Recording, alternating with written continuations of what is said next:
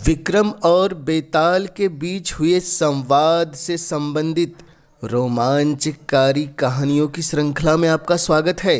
लीजिए, विक्रम और बेताल के बीच हुए पहले संवाद की पहली कहानी, जिसका नाम है पापी कौन। तो लीजिए प्रारंभ करते हैं पहली कथा। काशी में प्रताप मुकुट नाम का राजा राज्य करता था। उसको ब्रज मुकुट नाम का एक बेटा था।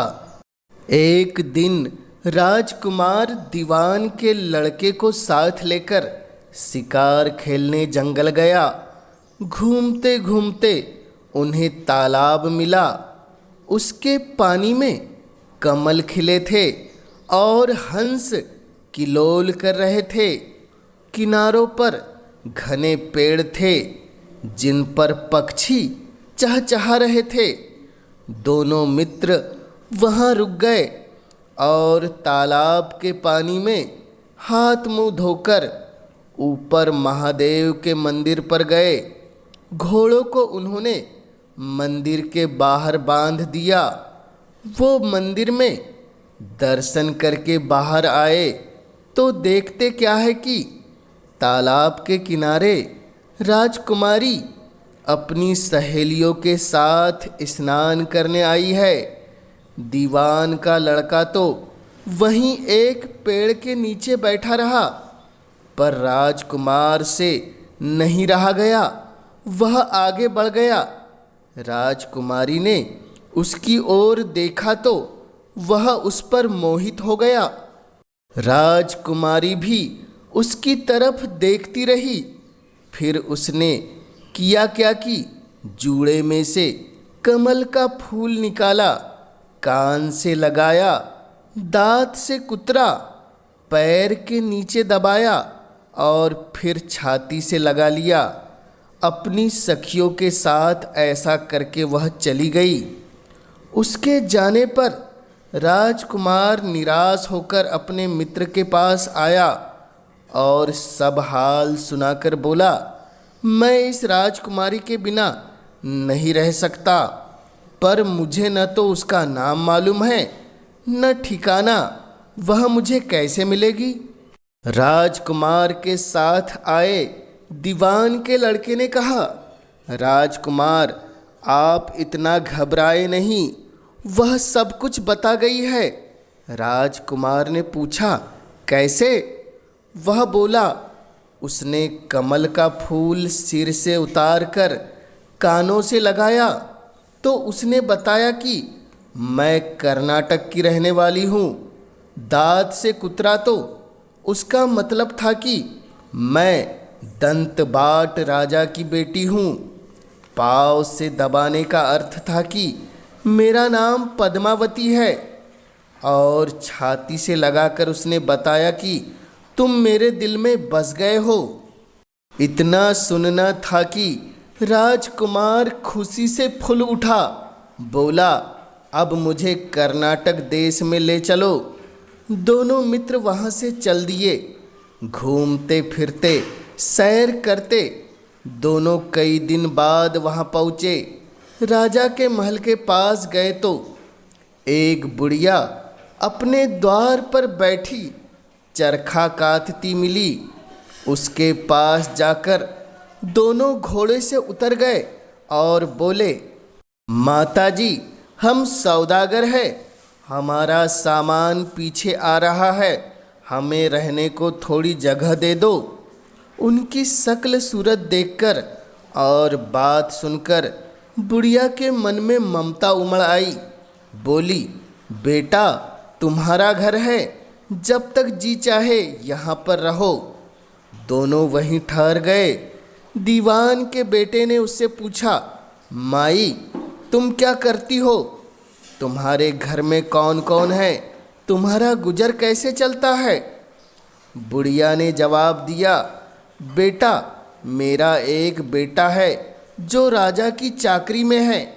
मैं राजा की बेटी पद्मावती की धाय थी। बूढ़ी हो जाने से अब घर में रहती हूँ। राजा खाने पीने को दे देता है। दिन में एक बार राजकुमारी को देखने महल में जाती हूँ। राजकुमार ने बुढ़िया को कुछ धन दिया और कहा, माई, कल तुम वहाँ जाओ तो राजकुमारी से कह देना कि जेठ सुदी पंचमी को तुम्हें तालाब पर जो राजकुमार मिला था वह आ गया है। अगले दिन जब बुढ़िया राजमहल गई तो उसने राजकुमार का संदेश उसे दे दिया। सुनते ही राजकुमारी ने गुस्सा होकर हाथों में चंदन लगाकर उसके गाल पर तमाचा मारा और कहा, मेरे घर से निकल जा।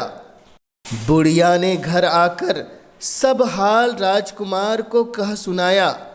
राजकुमार हक्का बक्का रह गया। तब उसके मित्र ने कहा, राजकुमार आप घबराए नहीं, उसकी बातों को समझे। उसने देसों उंगलियां सफ़ेद चंदन में मारी। इससे उसका मतलब यह है कि अभी 10 रोज चांदनी के है। उसके बीतने पर मैं अंधेरी रात में मिलूंगी। 10 दिन के बाद बुढ़िया ने फिर राजकुमारी को खबर दी तो इस बार उसने केसर के रंग में 3 उंगलियां डुबोकर उसके मुंह पर मारी और कहा, भाग यहाँ से। बुढ़िया ने आकर सारी बात सुना दी। राजकुमार शोक से व्याकुल हो गया। दीवान के लड़के ने समझाया, इसमें हैरान होने की क्या बात है। उसने कहा है कि मुझे मासिक धर्म हो रहा है, 3 दिन और ठहरो।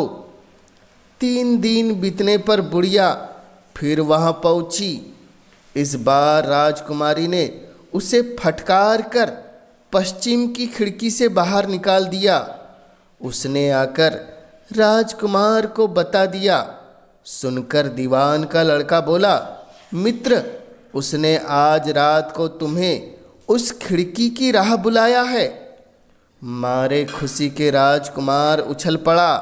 समय आने पर उसने बुढ़िया की पोशाक पहनी, इत्र लगाया, हथियार बांधे। 2 पहर रात बीतने पर वह महल में जा पहुंचा और खिड़की में से होकर अंदर पहुंच गया। राजकुमारी वहां तैयार खड़ी थी। वह उसे भीतर ले गई। अंदर के हाल देखकर राजकुमार की आंखें खुल गई। एक से बढ़कर एक चीजें थी। रात भर राजकुमार राजकुमारी के साथ रहा। जैसे ही दिन निकलने को आया कि राजकुमारी ने राजकुमार को छिपा दिया और रात होने पर फिर बाहर निकाल लिया। इस तरह कई दिन बीत गए। अचानक एक दिन राजकुमार को अपने मित्र की याद आई। उसे चिंता हुई कि पता नहीं उसका क्या हुआ होगा। उदास देखकर राजकुमारी ने कारण पूछा तो उसने बता दिया। बोला, वह मेरा बड़ा प्यारा दोस्त है, बड़ा चतुर है। उसकी होशियारी से ही तो तुम मुझे मिल पाई हो। राजकुमारी ने कहा, मैं उसके लिए बढ़िया बढ़िया भोजन बनाती हूँ। तुम उसे खिलाकर तसल्ली देकर लौट आना। खाना साथ में लेकर राजकुमार अपने मित्र के पास पहुँचा। वे महीने भर से मिले नहीं थे। राजकुमार ने मिलने पर सारा हाल सुनाकर कहा कि राजकुमारी को मैंने तुम्हारी चतुराई की सारी बातें बता दी है, तभी तो उसने यह भोजन बनाकर भेजा है। दीवान का लड़का सोच में पड़ गया। उसने कहा, यह तुमने अच्छा नहीं किया। राजकुमारी समझ गई कि जब तक मैं हूँ वह तुम्हें अपने बस में नहीं रख सकती, इसलिए उसने इस खाने में जहर मिलाकर भेजा है। यह कहकर दीवान के लड़के ने थाली में से एक लड्डू उठाकर कुत्ते के आगे डाल दिया। खाते ही कुत्ता मर गया। राजकुमार को बड़ा बुरा लगा। उसने कहा, ऐसी स्त्री से भगवान बचाए, मैं अब उसके पास नहीं जाऊंगा। दीवान का बेटा बोला, नहीं, अब ऐसा उपाय करना चाहिए जिससे हम उसे घर ले चले। आज रात को तुम वहाँ जाओ। जब राजकुमारी सो जाए तो उसकी बाई जांघ पर त्रिशूल का निशान बनाकर उसके गहने लेकर चले आना। राजकुमार ने ऐसा ही किया। उसके आने पर दीवान का बेटा उसे साथ ले योगी का भेष बना मरघट में जा बैठा और राजकुमार से कहा कि तुम ये गहने लेकर बाजार में बेच लाओ। कोई पकड़े तो कह देना कि मेरे गुरु के पास चलो और उसे यहाँ ले आना। राजकुमार गहने लेकर शहर गया और महल के पास एक सुनार को उन्हें दिखाया। देखते ही सुनार ने उन्हें पहचान लिया और कोतवाल के पास ले गया। कोतवाल ने पूछा तो उसने कह दिया कि ये मेरे गुरु ने मुझे दिए हैं। गुरु को भी पकड़ा गया। सब राजा के सामने पहुँचे। राजा ने पूछा, योगी महाराज, ये गहने आपके पास कहाँ से मिले? योगी बने दीवान के बेटे ने कहा, महाराज, मैं मसान में काली चौदस को डाकिनी मंत्र सिद्ध कर रहा था कि डाकिनी आई। मैंने उसके गहने उतार लिए और उसकी बाई जांघ में त्रिशूल का निशान बना दिया। इतना सुनकर राजा महल में गया और उसने रानी से कहा कि पद्मावती की बाई जांघ पर देखो कि त्रिशूल का निशान तो नहीं है। रानी ने देखा तो राजा को बड़ा आश्चर्य हुआ कि पद्मावती की जांघ पर यह त्रिशूल का निशान कैसे आया।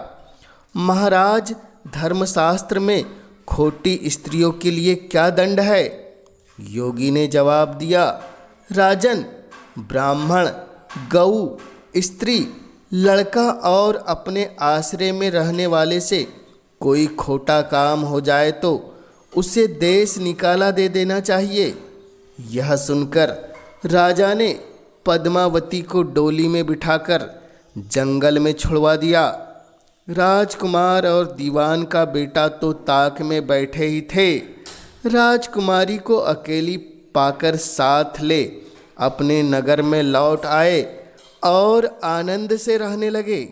इतनी बात सुनकर बेताल बोला, राजन, यह बताओ कि पाप किसको लगा है? राजा ने कहा, पाप तो राजा को लगा। दीवान के बेटे ने अपने स्वामी का काम किया। कोतवाल ने राजा को कहना मानकर राजकुमार ने अपना मनोरथ सिद्ध किया। राजा ने पाप किया जो बिना विचारे उसे देश निकाला दे दिया। राजा का इतना कहना था कि बेताल फिर उसी पेड़ पर जा लटका। राजा वापस गया और बेताल को लेकर चल दिया। बेताल बोला, राजन सुनो, एक कहानी और सुनाता हूँ। तो यह थी विक्रम और बेताल की चर्चाओं से जुड़ी प्रथम कहानी, जिसका अंत अभी आपके सम्मुख हुआ। यह कहानी आपको कैसी लगी हमें कमेंट्स के माध्यम से ज़रूर बतलाएं। और इस चैनल पर पहली बार आए हैं तो इस चैनल को ज़रूर कर दे सब्सक्राइब, ताकि आप तक ऐसी रोचक कहानियाँ और किस्से सबसे पहले पहुँच सके।